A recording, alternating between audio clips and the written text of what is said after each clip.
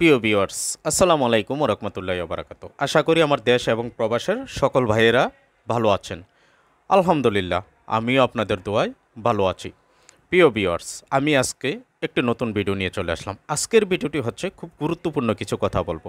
সেই গুরুত্বপূর্ণ কথাটুকু হচ্ছে আমরা দীর্ঘ ১ মাস সিয়াম সাধনার পালন করেছি, পবিত্র রমজান পালন করেছি। সামনে হচ্ছে ২ থেকে ৩ দিনের মধ্যেই আমাদের পবিত্র ঈদুল ফিতর। তাই সকলকে জানাই অগ্রিম ঈদের শুভেচ্ছা। আবারও জানাচ্ছি অগ্রিম ঈদের শুভেচ্ছা।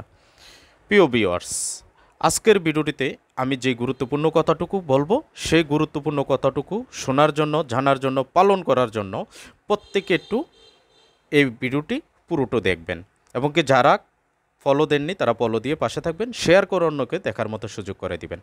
প্রিয় ভিউয়ার্স, আজকের ভিডিওটিতে আমি যে কথাটি বলবো সেগুলো হচ্ছে আমরা পবিত্র ঈদুল ফিতর পালন করার জন্য প্রত্যেকেই গ্রামের বাড়ি ছুটে যাব। গ্রামের মা বাবারা এবং কি বাবুরা, ছেলে সন্তান এবং কি চাচা ভাতিজা সবাই আপনি একজন মানুষের জন্য অপেক্ষায় বসে আছে। কখন বাবাটা আসবে, কখন চাচা আসবে, কখন ভাই আসবে, কখন ছেলে আসবে, কখন সন্তান আসবে, কখন আমার খোকা আসবে। প্রতিটা মা বাবা, আত্মীয় স্বজন এভাবেই আপনার জন্য অপেক্ষা করতেছে। আপনি ঢাকা থেকে রওনা হবেন গ্রামের বাড়িতে, অথবা কুমিল্লা থেকে রওনা হবেন ঢাকা শহরে, অথবা সিলেট থেকে রওনা হবেন বরিশাল, অথবা চিটাং থেকে রাজশাহী। এভাবে প্রত্যেকের গ্রামের বাড়িতে ছুটবেন। তাই আপনাদের কাছে আমি বিনীত অনুরোধ করব, আপনারা এই ছোটাছুটিগুলো খুব তাড়াতাড়ি করার দরকার নেই, একটু সময় নিয়ে করেন। কারণ আপনার জন্য অনেক স্বপ্ন নিয়ে বসে আছে আপনার পরিবার। তাই আপনাকে সুস্থতার মাঝে মাঝে যদি ওই পরিবারগুলোতে পৌঁছেন, তাহলে পরিবারটাও ভালো থাকবে, আপনি নিজেও ভালো থাকবেন। কারণ ঈদুল আজহা এবং ঈদুল ফিতর এই দিনগুলোর মধ্যে আমার গাড়ির যানবাহন ভাইয়েরা বিভিন্নভাবে গাড়ি চালান, খুব তাড়াহুড়া করে, বিভিন্ন দুর্ঘটনা ঘটে। আপনার একটি কথা স্মরণ রাখবেন, সময়ের চেয়ে জীবনের মূল্য অনেক বেশি। কারণ একটি দুর্ঘটনা সারা জীবনের কান্না।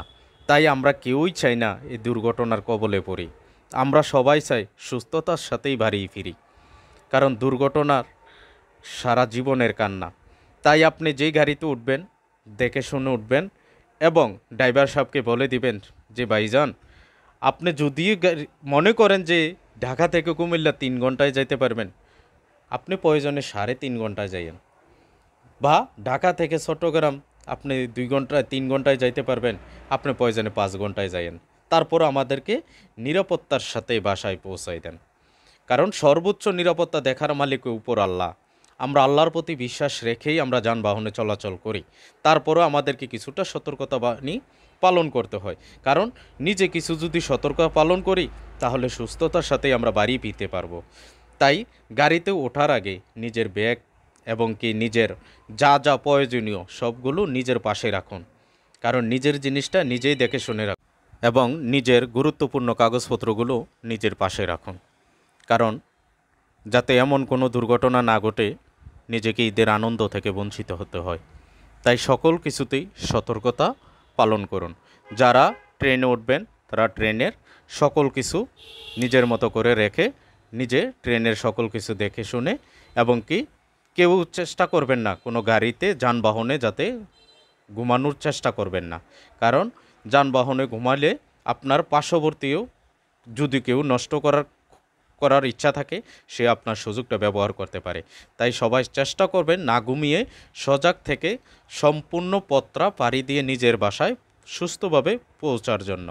যারা লঞ্চে এবং কি যারা যেভাবে যাবেন, প্রত্যেকের জায়গা থেকে সর্বোচ্চ সতর্কতা বাণী নিয়ে নিজেকে নিজে সুস্থতার মাঝে বাসায় পৌঁছবেন। কারণ আপনার সকল স্বপ্ন এবং কি পরিবারের সকল স্বপ্নই পূরণ হবে আপনার সুস্থতার মাঝে, আপনার সুস্থতার মাঝে বাসায় ফিরায়। কারণ আপনি সুস্থতার মাঝে বাসায় ফিরলে পুরোটা ঈদুল ফিতরের আনন্দ হবেই ভিন্ন রকম। তাই আমি বিনীতভাবে অনুরোধ করব, যারাই যানবাহনে চলাচল করবেন তারা প্রত্যেকের জায়গা থেকে এই দায়িত্বটুকু পালন করবেন এবং কি যারা মোটরসাইকেল চালান তাদের কাছে, ছোট ভাইদের কাছে, বড় ভাইদের কাছে বিনীতভাবে অনুরোধ করব, আপনারা মোটরসাইকেল চালাইতে গিয়ে একটু স্লোলি চালান, হয়তো তেল 1 লিটারের জায়গায় 5 লিটার খরচ হবে। তারপরে একটু সুস্থতার সাথে আপনারা এই মোটরসাইকেল চালান, কারণ মোটরসাইকেলের কত দুর্ঘটনা আমরা এই পবিত্র ঈদুল ফিতরে, পবিত্র ঈদুল আজহার দিনগুলোতে আমরা দেখতে হয়, যাতে এই জিনিসগুলো আমরা দেখতে না হয়। তাই প্রত্যেক ভাইদের কাছে বিনীত অনুরোধ করব,